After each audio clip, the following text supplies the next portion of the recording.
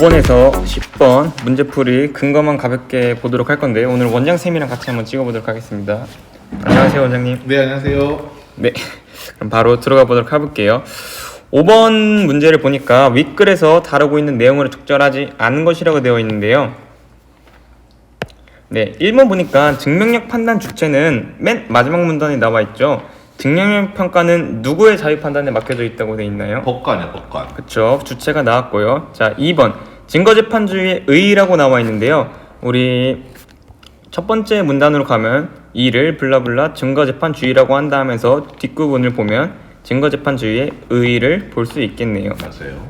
자, 그리고 3번 자백배제 법칙의 종류는 어디에도 나오지 않았고요. 4번은 독수과실 이론의 적용 사례로 나왔는데 우리 요 문단 가놓으면 독수과실 이론이 요런 거라고 하는데 예컨대로 가면서 예시까지 들어주고 있으니까 적용 사례에 나왔다고 볼 수 있고요. 네. 마지막 위법수직 증거 배제 법칙의 목적이라고 나와 있는데 우리 위법수집 증거 배제 법칙을 가보면 이거를 사용하려는 목적이 위법한 증거 수집을 억제하는데 그 목적이 있다라고 나와 있죠. 네, 맞아요. 그래가지고 지문에서 언급하고 있지 않은 건 3번 정답이 되겠습니다. 네. 네, 6번을 가보니까 기억을 보여주는 사례로 가장 적절한 것이라고 되어 있는데요. 기억을 가보면 뭐는 있고 뭐는 없다고 되어 있죠. 증거 능력은 있어야 되고 증명력은 없는 거죠. 그렇죠. 우리가 증거 능력을 가보면 뭐 전문 법칙, 그다음에 뭐 자백 배제 법칙, 그다음에 위법 수직 증거 법칙 요 세 개에 만약에 포함되지가 않으면 증거 능력으로 포함이 되는 거였죠. 네. 자, 근데 첫 번째 법칙이 적법한 절차에 따르지 않고 수집한 능력은 증거 능력이 있다고 했나요, 없다고 했나요? 없다고 했죠. 예, 그러면 우리 6번에 한번 3번 선택지 한번 가볼게요. 적법한 절차에 따라 확보한 문서지만 한번 끊어줄게요. 네. 자, 요거는 여러분 증거 능력이 있는 거죠. 맞아요. 첫 번째 법칙을 위배하지 않으니까요. 자, 그 뒤에 증명력 관련 부분을 보면 증명력 평가는 여러분 법관의 판단에서 맡겨져 있다고 했죠. 네. 자, 그러면 우리 뒤쪽을 한번 읽어볼게요. 그 내용이 사건과 관련이 없다라고 법관이 판단한 경우에는 법관의 효력이 인정이 되는 거죠. 증명력이 있는 거 법관이 그렇게 판단했으니까. 그렇게 볼 수 있나요? 아니요, 아닌 것 같은데요. 아니죠. 네. 깜짝 놀랐어요. 법관이 그러면 증명력이 왜 없다라고 판단이 될까요?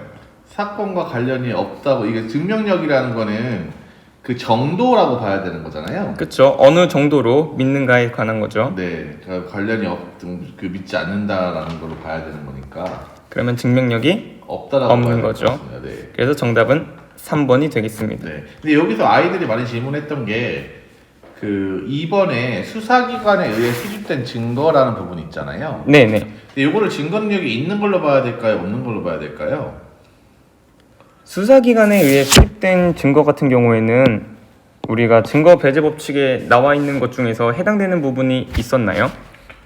그러니까 이게 수사기관에 의해 수집된 증거라는 것만 가지고 증거능력이 있다 없다라는 걸 판단할 수는 없을 것 같아요. 네, 그쵸. 아마 학생들이 이 자백 배제 법칙을 보면 뭐 여기 있는 수사기관 요거에 좀 초점을 맞춘 것 같은데 맞아요. 요거에 대한 언급이 있지 뭐 요런 경우에 어떻게 된다라고 지문에 정확히 근거가 있진 않네요. 네, 물론 이제 뒷부분에 결국 유죄 판결의 핵심적인 근거로 이용된다는 게 증명력이 있는 거기 때문에 요것 때문에 답을 가려낼 수 있긴 했었으나 사실 수사기관에 의해 수집된 증거 그 자체만으로 증거 능력이 있다 없다 판단하는 건 불가능하다고 봐야 되겠죠. 네, 그쵸. 네.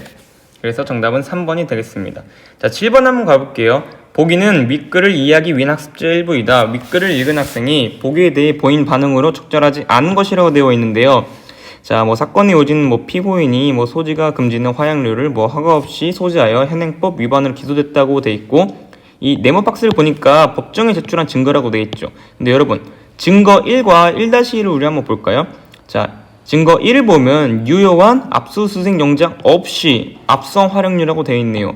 우리가 압수수색 영장 없이 압수한 화력류는 증거 능력이 있을까요? 없죠. 이거는 위법 수집 증거 배제 법칙 이것 때문에 안 되는 거 아닌가요? 그쵸. 적법한 절차에 따르고 있지 않고 하고 있으니까 증명력이 없는 거라 볼 수 있네요. 자, 그러면 증거 1-1은 증거 1을 기초로 획득한 압수물 사진이죠. 그러면 우리 지문에 1차 증거와 2차 증거가 나와 있죠.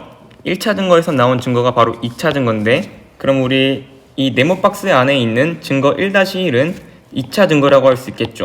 네. 자, 그러면 여기서 나온 이 2차 증거도 증거 능력이 없는 거겠네요. 증거 1을 기초로 나와 있죠. 이라고 봐야 되겠네요. 그쵸. 자, 그러면 우리 2번 선택지 한번 가볼까요?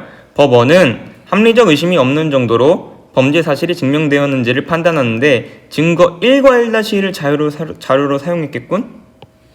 이거 사용할 수가 없죠. 증거 능력이 그쵸. 없는 거니까. 증거 능력이 없는 거니까 이건 자료로 사용하지 못했으니 정답은 2번이 되겠네요. 이것도 너무 쉬운 문제였는데 3점짜리라고 하기에는 그죠? 네. 근데 이제 아이들이 어려워했던 건 그 앞에 합리적인 의심이 없는 정도로 범죄 사실이 증명되는지를 판단하는데 이 말을 되게 어려워하더라고요. 의외로 어려워하더라고요. 증거 1과 증거 1-1이 증거 능력이 없다는 건 쉽게 생각하는데 네, 그 네. 앞에 때문에 헷갈려하는 건데 이 앞에는 되게 그냥 나와 있는 그대로 써놓은 거죠. 1문단에 나와 있는. 그쵸. 1문단에 보면 합리적으로 의심이 없는 정도 요거 보면 바로 찾을 수가 있겠네요. 네, 그렇죠.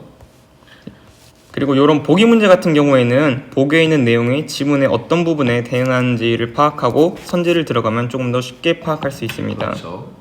네, 그래서 정답은 2번이 되겠고요. 자, 8번 문제도 애들이 많이 어려워했는데요. 자, 8번 문제를 보면 A를 바탕으로 다음에 가와 나에 대해 추론한 내용으로 가장 적절한 것이라고 되어 있는데요. 정답은 2번 선택지였죠. 네. 우리 가 부분을 한번 읽어볼게요. 예컨대 공판 기일에 피고인이 법정에서 한 진술이 기재된 조서에는 증거 능력이 인정된다라고 되어 있는데 여러분 우리 A 부분이 전문법칙 관련된 거였는데요. 왜 전문법칙 배제 법칙이 있는 거였나요? 사건이나 이런 것들이 편집이나 조작의 우려가 있어가지고 맞아요. 전해지는 과정에서. 그쵸. 그래가지고 이거를 배제 법칙의 근거로 삼았었었는데 자, 2번을 보면 전문 법칙의 예외로 인용되는 것은 원래의 진술이 법정에 전달될 때 다른 사람에 의해 편집, 조작되지 않았을 것으로 믿을 수 있기 때문이겠군. 아, 그러면 편집하고 조작되지 않았으면 이 전문 법칙을 적용시킬 필요 없이 이것에 예외로 줄 수가 있겠죠. 그렇죠. 이 전문 법칙을 핵심은 결국에 그 안에서 법정에서 네. 바로 이루어지지 않은 것들이 네. 전해지는 과정에서 왜곡될 수 있기 때문에. 그렇죠. 그거잖아요. 그리고 네, 이제 두 번째 줄 보기에 두 번째 줄에 보면 고스란히 법정에 전달되었을 것으로 믿을 수 있을 때라는 이 부분에서 힌트를 얻었으면 좋지 않았을까. 네, 이렇게 된다면 뭐 편집하고 조작될 우려가 전혀 없는 거니까요. 맞아요. 그래서 정답은 2번이 되겠습니다. 네. 자, 그리고 9번 한번 가볼게요.